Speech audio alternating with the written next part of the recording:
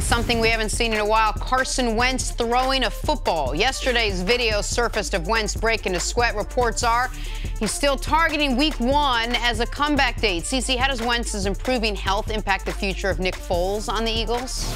I don't think it impacts Nick. Nick's got 1 year on his contract. He's probably going to start all the preseason games. We know that he's a competent backup. Nick Foles, to me, is happy. A couple years ago, let's not forget, dude wanted to quit playing football. Didn't have a great desire to play football. Now he went through the best football year that he's ever had. Let me tell you something. He is glad to grab that cap, grab that clipboard, and get back to being a backup and watching Carson Wentz. So I don't think it affects his career at all. Going through the offseason, he's going to get a lot of reps with the first team. In the preseason, he's going to get almost all those reps. But Nick Foles is being affected. I don't see it affecting his future one bit. So here's where I'm at on this. If Carson Wentz, if the report was Carson Wentz is not going to be cleared until October at the earliest, then I would believe with 100% certainty Nick Foles is going to be on the Philadelphia Eagles week 1 of this season. The closer we get to Carson Wentz being cleared to play, the closer we get to where the Eagles fully expect Carson Wentz to be available in week 1, the more I think Philadelphia starts to at least entertain offers. When we see what Sam Bradford goes for right before the season due to an injury, when we see that, we know Browns, Jets, Bills, Cardinals absolutely have to get a quarterback in this draft, or have to get a quarterback somehow.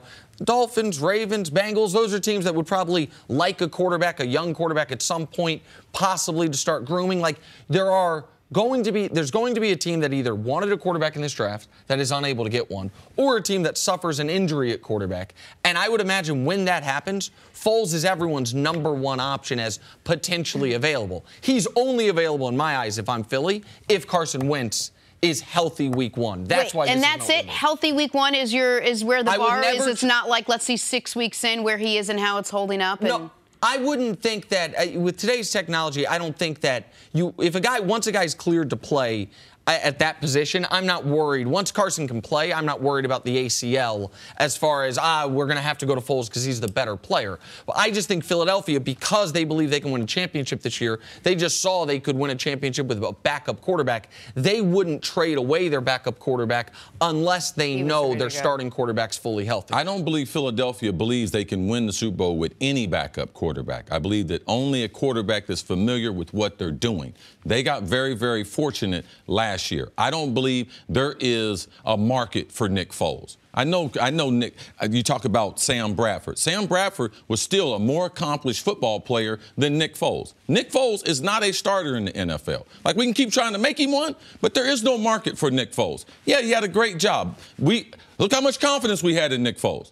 Nick Foles played 2 good games. He played the NFC Championship game good against Minnesota, and he played good in the Super Bowl. So now we're getting ready to trade him to some other team that I don't see a team out there who wants him. When you go through free agency and you see what teams have done, I don't see a chair or a place that Nick Foles that he can be the starter.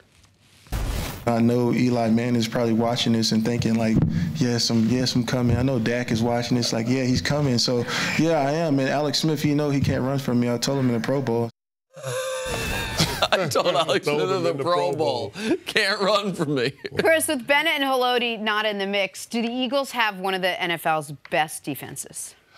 One of the best defenses. I will say this. Let's break it down to conference. Do they have the best defense in the conference? I think it's a 2-horse race between them and the Minnesota Vikings, because the Vikings got better by adding Sheldon Richardson as well. But when you look at top to bottom what this Eagles defense can do and the problems that they can present for opposing offenses, you have to love it. I mean, adding Michael Bennett, a rusher that can break down the pocket from the edge or for the interior, to go along with Brandon Graham, another inside-out kind of guy, Fletcher Cox, and then adding Haloti Ngata to that defensive tackle rotation with Timmy Jernigan. This is one of the deepest defensive lines, if not the deepest defensive line in the NFL. They had 38 sacks from a year ago, and adding 2 impact players of that caliber is only going to help them be better. But the Philadelphia Eagles are solid top to bottom, all 3 levels of that defense.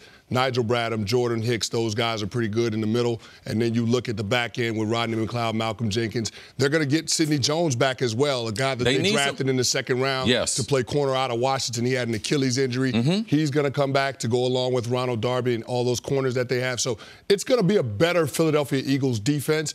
but they're also going to be better teams in that division. So the fact that they do play a first-place schedule and they're going to have to deal with Drew Brees and the Saints, they're going to have to deal with the Los Angeles Rams, I feel better knowing that they have more guys that can consistently get to the quarterback. I think that we have to be careful.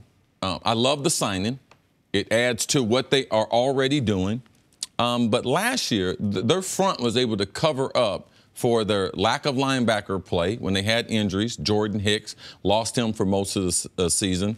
And their cornerbacks. Like, their cornerbacks are not great corners. So if you look at Philly's defense, if I had a game plan, we were playing them this weekend. How would I attack them? I'm going after the corners. When you look at Minnesota, even though in the NFC Championship, they made some plays down the field on Minnesota secondary that were very surprising, but Minnesota has a better defense overall than Philadelphia. Now, Philadelphia has a better offensive line, and that's how they were able to dominate that game. So I believe that Michael Bennett is a huge, huge acquisition for the for the Eagles, and the reason why is because their style, Jim Schwartz getting another weapon in his arsenal, and the versatility for which they can do.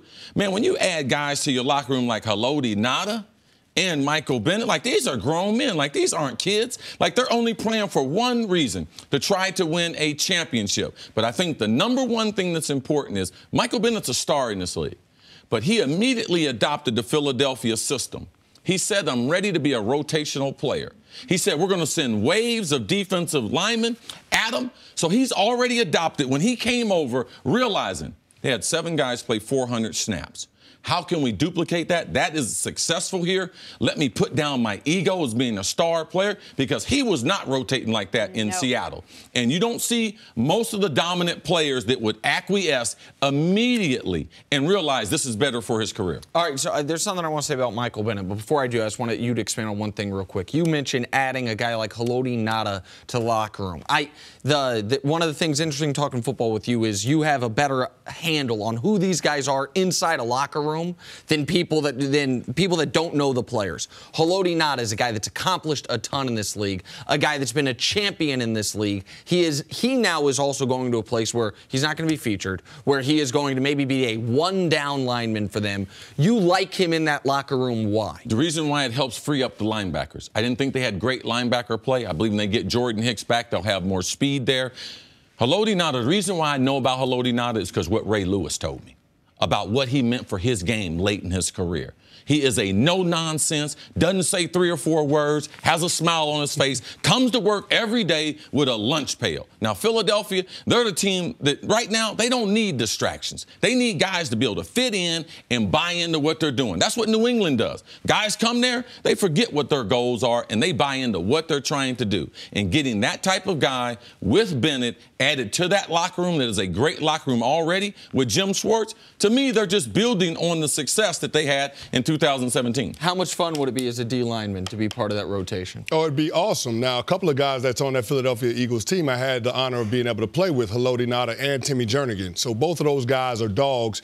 And what you said about Haloti is true, CC. Doesn't have a whole lot to say to the media, but the most important thing is he can command the respect of his teammates. And when he has an opportunity to talk to those guys, they know that whatever he says, he's coming from a place of trying to help and trying to contribute. So the fact that these guys, all pro-caliber players, are willing to set their egos aside and try to accomplish what's in the best interests of the common good, which is trying to win another Super Bowl, that speaks volumes about the culture that Doug Peterson and his staff have been able to develop with the Philadelphia Eagles. So I feel really good about this defense and what it could potentially be. But again, you got to get all of these moving parts to come together. That's going to be the key for the offseason and the preseason. Well, Michael Bennett went on to say he thinks this could be one of the, if not the best defensive line ever. That's ever played the game. It's great to have goals. Could you see it's great to have goals, Jenna. It's great to have goals. But what I will say is this. I mean, be the best ever at anything is a tough putt. But Bennett is, Cece alluded to it, he is one of the smarter guys, more thoughtful guys in this league. Even though he's a little crazy. He's a little crazy, but like he is... Football crazy. Football crazy. Yeah. Absolutely right. This is a great way to put it. But he and his brother are both smart, thoughtful guys. And there you go. They need to sign him now. Okay, forget it. Marty Schwartz. We need Marty in Philadelphia. That'd be great. That'd be awesome. They need a backup tight end. They lost Trey Burton, friend of the show, who got rich, got that 4-year, $32 million deal. I want to say one thing about Bennett before we move on. When they knew they were losing Vinny Curry.